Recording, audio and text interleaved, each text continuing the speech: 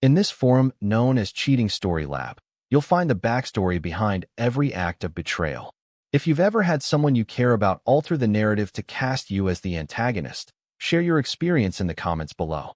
It's disheartening when it happens with friends, partners, but it cuts even deeper when it comes from family, especially a child. Comment below if this resonates with you. Label me naive for placing value on blood ties, but remember, it's the story that truly matters. I must start this tale 18 years ago, as that's when the unraveling began, though I didn't realize it then. My child, Penelope, was 7 when her mother Vivian and I parted ways in a contentious, acrimonious divorce filled with the corrosive venom of resentment. Despite Vivian's infidelity with her yoga instructor, a tiresome cliché that brought devastation to my family, I vowed never to let our divorce affect my bond with Penelope. True to my word, for several years following the divorce, I maintained regular contact with her. Weekends, holidays, school plays, soccer games. I was punctual with child support and went beyond the call of duty by funding extracurricular activities, a new laptop for middle school, clothes, books, toys, anything that could bring her joy. I kept every receipt, bank statement, canceled check, perhaps because a part of me anticipated needing evidence in the future. Vivian remarried when Penelope turned 12. Adrian, my new spouse, embodied wealth, charm, and an eagerness to assume the role of a model stepfather. Consequently, arranging weekend meetings with Vivian grew increasingly complex as Penelope was consistently occupied with family outings, social functions, or activities orchestrated by Adrian. As Vivian grew older, she started leading an independent life, and I was informed over the phone that she had no time for my visits because it wasn't her weekend. However, the missed weekends were not the sole issue. Our bond began to weaken as Penelope became distant during our conversations, responding curtly and pausing for lengthy periods. Whenever I inquired about school or friends, her responses were brief, followed by a request to leave. By the time she was 15, our connection had deteriorated significantly, with her barely speaking to me at all except during mandated visits. During these meetings, she preferred to focus on her phone or asked when she could return home. Whenever I proposed activities or discussed her hobbies, she'd express disinterest, giving off an impression of me as the most unexciting individual imaginable. Might as well throw in the towel, she suggested one weekend when I proposed a movie outing. Adrian takes me to much more appealing destinations. He truly grasps my preferences. Her words struck me like a tangible blow, yet I refused to yield. I persisted. I kept showing up.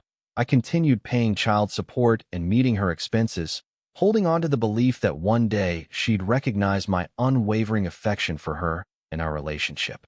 However, once Penelope turned 18 and graduated high school, she ceased taking my calls entirely. No more court-ordered visits. No more need to maintain the facade of a relationship. I sent birthday messages, Christmas cards, invited her to dinner, all met with deafening silence. It was heartbreaking, but I consoled myself, saying it was just a phase.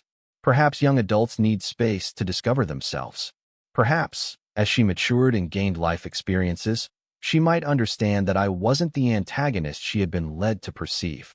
Despite her failure to acknowledge receipt, I consistently covered her college expenses, bought her car, handled its insurance, paid her phone bill, and sent care packages during exam periods. I thought that if we couldn't communicate, at least I could still support her. Years elapsed. Penelope completed college, married a man I learned about through social media, and forged her own path. I was not invited to the wedding. Neither was I informed about the engagement. I discovered she had given birth to my granddaughter 6 months after the event from a mutual acquaintance's casual remark. However, I never lost hope. I never abandoned my role as her father, even when she ceased being my daughter. Then, last month, I received an unexpected call from an unfamiliar lawyer. Concerning the estate issue linked to your daughter Penelope Morrison, she wants a meeting to dispute her inheritance entitlements. This took me aback since I hadn't anticipated my demise and had not discussed inheritance with Penelope. When I sought explanation, the attorney's demeanor grew professional. Mrs. Morrison has employed our firm to assert claims against your estate for unpaid child support and educational costs. She alleges that you neglected your financial responsibilities during her minor years and beyond her college tenure. My world spun. Unpaid child support, Educational expenses, I'd consistently met these obligations for 2 decades, even surpassing the legal requirements. I'd meticulously recorded every payment. I suspect there's been some kind of oversight, I told the attorney.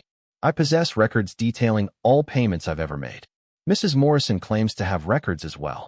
Maybe it's more suitable to organize a discussion to address the inconsistencies, which then evolved into mediation, then legal action. Eventually, I found myself in a courtroom opposite my daughter. Her lawyer portrayed me as an absent father who neglected his duties and left my ex-wife to grapple with financial difficulties. As Penelope described her childhood post-divorce, she spoke of financial strain, missed opportunities, and a father who was seldom present. She testified that I only appeared occasionally, usually at convenient times for me, but never provided substantial support in my upbringing. Instead, my ex-wife and her new partner bore the brunt of the responsibilities. Listening to her recount a depiction of my life that seemed unfamiliar. Based on her statement, I had been an absent father with inconsistent child support payments, failing to assist with education, healthcare, or extracurricular expenses. The individual indicated with apparent disgust, gesturing towards me, claims to be a devoted father, but where are the facts to back this up? Where are the records of his actions exceeding legal requirements? Inquired her lawyer, echoing her sentiments. What kind of influence did this have on your relationship with your father? What relationship? Penelope retorted. One cannot maintain a bond with someone who is hardly present, someone who promises much but consistently falls short. I stopped anticipating anything from him long ago as he had demonstrated numerous times that he was unreliable. I felt as if I were trapped in some kind of nightmare. It wasn't merely about money. She appeared to wholeheartedly embrace the account of history she recounted. 2 decades of weekend visits, phone conversations, financial aid, and endeavors to preserve our bond had vanished from her memory, replaced with a tale in which I was portrayed as the antagonist. When it was my turn to speak, my lawyer inquired about the monetary allegations. Your Honor, I responded. Slower now. I wish to introduce some evidence before the court. Accompanying me were 3 large boxes filled with 20 years of canceled checks, bank statements, receipts for dance lessons, school supplies, car insurance premiums, college tuition, and numerous other expenses. Phone records demonstrating thousands of failed attempts at contact, copies of every birthday card, Christmas gift, and care package I'd ever sent. As I started arranging the documents on the table, Penelope's expression changed. The self-assured smirk transformed into perplexity, then what seemed like alarm. Here are copies of every child support payment I made from 1998 to 2016, I stated, managing to keep my voice steady despite the emotion lurking at the edge. Timely and frequently exceeding the court-ordered amount, I retrieved another stack. These are receipts for educational expenses, private tutoring in 8th grade due to her math struggles, SAT prep courses, college application fees, for years of tuition payments to State University, another stack. Car insurance premiums, health insurance copays, dental bills, clothes, books, a laptop I bought for her 16th birthday, which cost more than what I spent on myself in that entire year. The judge scrutinized the documents as I presented them, and with each piece of evidence, her expression grew grimmer. Phone records, I proceeded, detailing thousands of unanswered calls and messages over the past 5 years. Holiday greetings, dinner invitations to meet my granddaughter, all unheeded for years. In the courtroom, Penelope was observed whispering frantically to her lawyer, who grew progressively uneasy. I presented the last batch of documents, copies of every card, letter, and care package I sent, including those addressed to her college dormitory, first apartment, and current residence, all of which were left unopened or disregarded. The courtroom fell silent as the judge scrutinized the papers for what felt like an eternity before looking up at Penelope. Mrs. Morrison, she inquired, can you account for this evidence? It seems to contradict your earlier statements quite substantially. Penelope's facade finally fractured. I don't comprehend, she replied.